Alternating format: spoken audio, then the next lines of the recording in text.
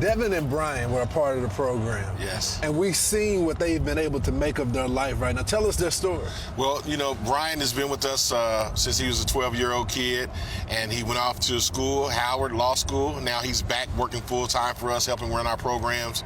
And Devin is the poster child for what we're trying to do. What was this program able to do to change your life? This program was very expanding, and it gave me a broader look as far as on the construction side.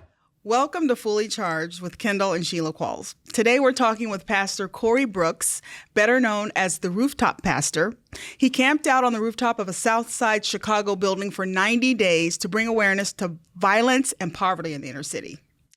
So, Pastor Brooks, welcome. And please introduce yourself and your ministry to our audience, please. Hello. Thank you for having me on your show. I really appreciate it.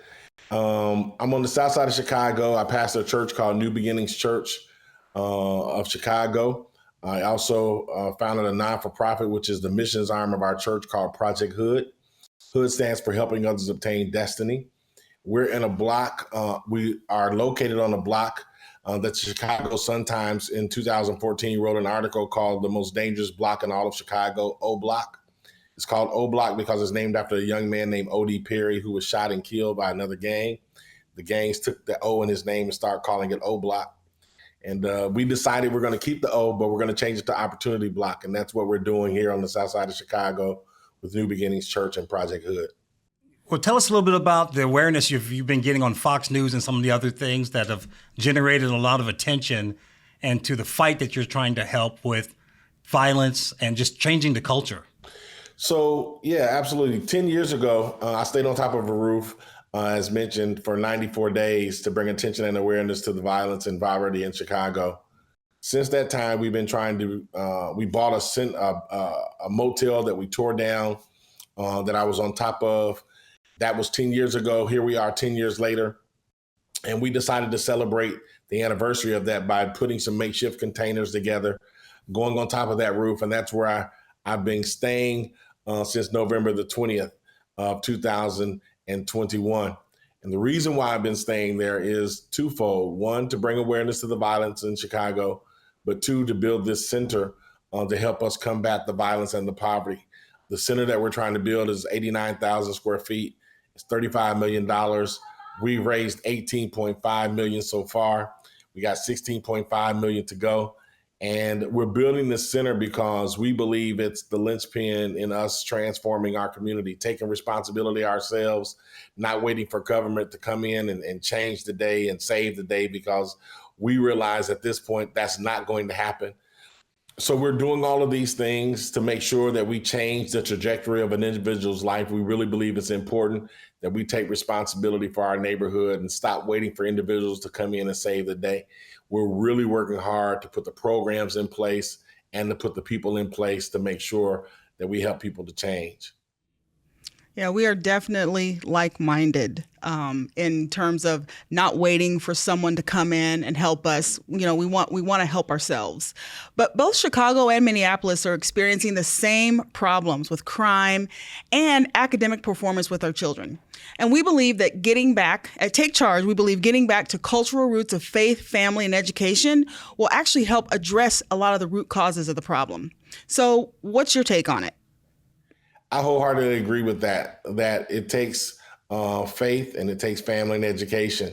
As it relates to faith, we believe that people have left God out of the equation. They've taken God out of the prayer out of the schools, God out of the family.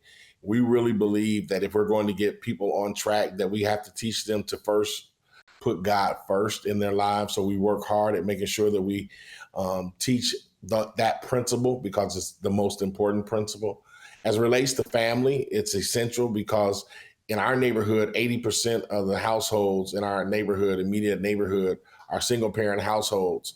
These are single parents who are working hard to do everything that they can to make a living for their children and provide a housing and the best life that they can, but they need assistance, they need help. where is that help going to come from? It has to come from the church. It has to come from community organizations like ours that come alongside and help to mentor, to help to educate, to come alongside those families and assist and aid them to be the very best that they can possibly be.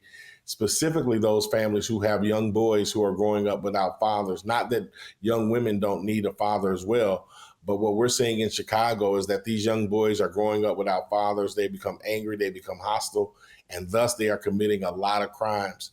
As it relates to education, around about the ninth, we're working hard to make sure that we eliminate that. And the way that we're trying to eliminate that is, one, we're in the midst of organizing and starting our own school, kindergarten through 8th grade, for young Black boys who come from single parent households who live below the poverty line.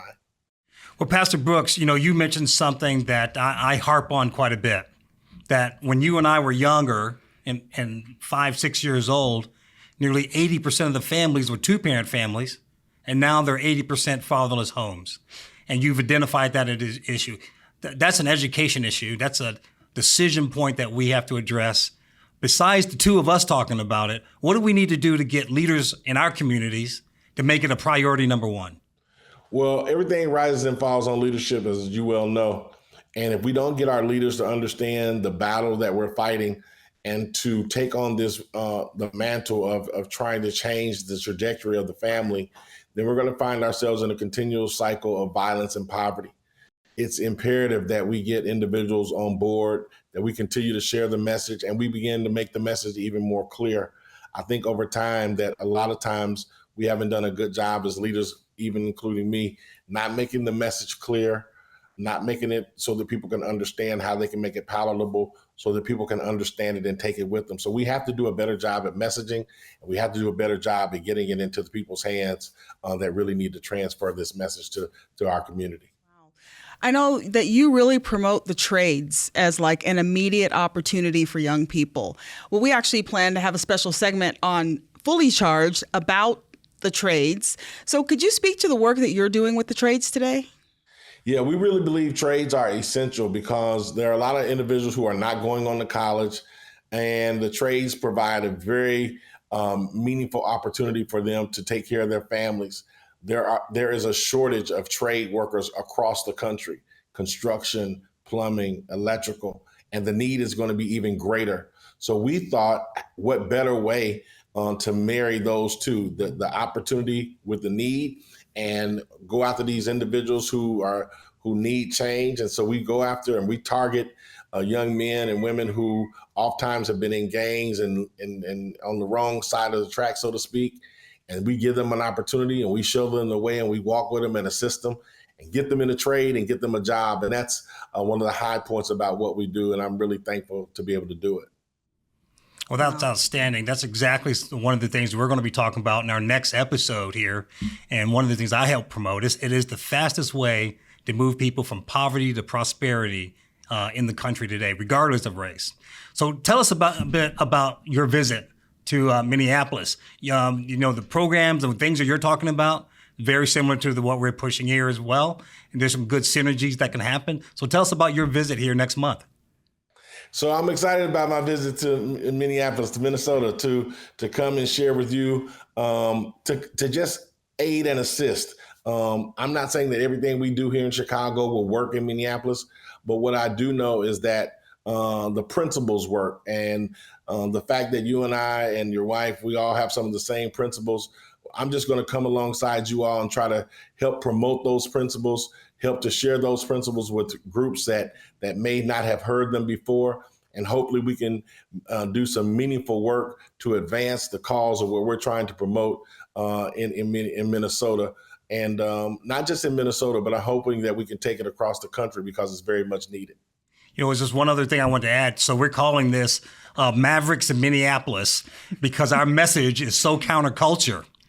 And we don't hear this message of accountability, the fatherless home, and tackling that as the number one issue. And that fact we can do it without one dime of government grants. It's time for us to take ownership as a culture because it's completely broken. And as we're calling it Mavericks in Minneapolis, and I'm glad to have you join us here. Well, I'm excited, and thank you for the invite, and I look forward to coming to work alongside of you from one Maverick to another. All right. Well, thank you very much. We've enjoyed having you today. We really appreciate your time. Well, that's it for this episode of Fully Charged. Please subscribe on Apple Podcasts, Spotify, or other podcast platforms. And if you like what you hear, please give us a 5-star rating. And to find out more about Take Charge, go to takechargemn.com.